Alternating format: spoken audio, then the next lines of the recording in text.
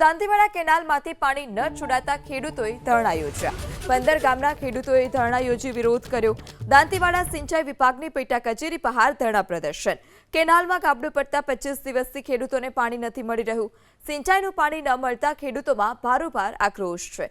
તાત્કાલિક કેનાલમાં પાણી છોડવા માટે ખેડૂતોએ માંગ કરી। ત્યારે દાંતીવાડા સિંચાઈ વિભાગની પેટા કચેરી બહાર ખેડૂતો પહોંચ્યા, જ્યાં મોટી સંખ્યામાં ખેડૂતો પહોંચતા ધરણા પ્રદર્શન કરવામાં આવ્યું। 25 દિવસથી કેનાલમાં ગાબડું છે, જેને કારણે ખેડૂતોને પાણીનો જે જથ્થો છે તે નથી મળી રહ્યો, જેને કારણે ખેડૂતોને હાલાકી પણ છે। અનેકવાર રજૂઆત કરવા છતાં કેનાલમાં ગાબડું પૂરવામાં ન આવતા ખેડૂતો આખરે કચેરી બહાર પહોંચ્યા, જ્યાં ધરણા પ્રદર્શન કર્યું।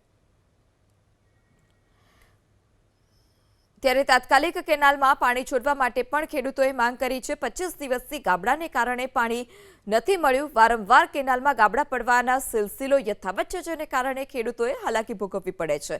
વધુ માહિતી સાથે સંવાદદાતા રતન ફોનલાઈનથી જોડાયા છે।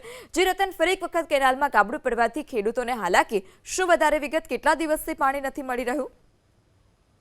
ચોક્કસથી વાત કરીએ તો પાલનપુર તાલુકાનો ગઢ જે વિસ્તારને જે 15 ગામડાના જે ખેડૂતો છે, ઉનાળાની શરૂઆત થઈ ગઈ છે અને તેને લઈને જે દાંતીવાડા જે ડેમમાંથી જે કેનાલમાંથી પાણી આવતા એને અગાઉ મોટું ગાબડું પડેલું હતું।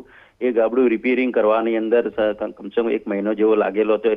તેને લઈને અત્યારે ખેડૂતોને જે પાણી જે મળવાનું એ ટાઈમસર નથી મળતું, તેના લઈને અત્યારે તો જે ગઢ જે એમની ઓફિસ છે એને જે ઓફિસમાં જે ખેડૂતો ઘસી આવ્યા હતા અને માગણી કરી હતી કે તાત્કાલિક અમને ટાઈમસર આ પાણી આપવામાં આવે તો અમારો પાક બચી શકશે ને કે પાક અમારો નાશ થઈ જશે। તેને લઈને આ લોકો આજે ખેડૂતો આવીને જે સિંચાઈ વિભાગ અને જે ઉગ્ર જે પાણીની માંગ લઈને માગણી કરી હતી। જી રતન, માહિતી બદલ આભાર।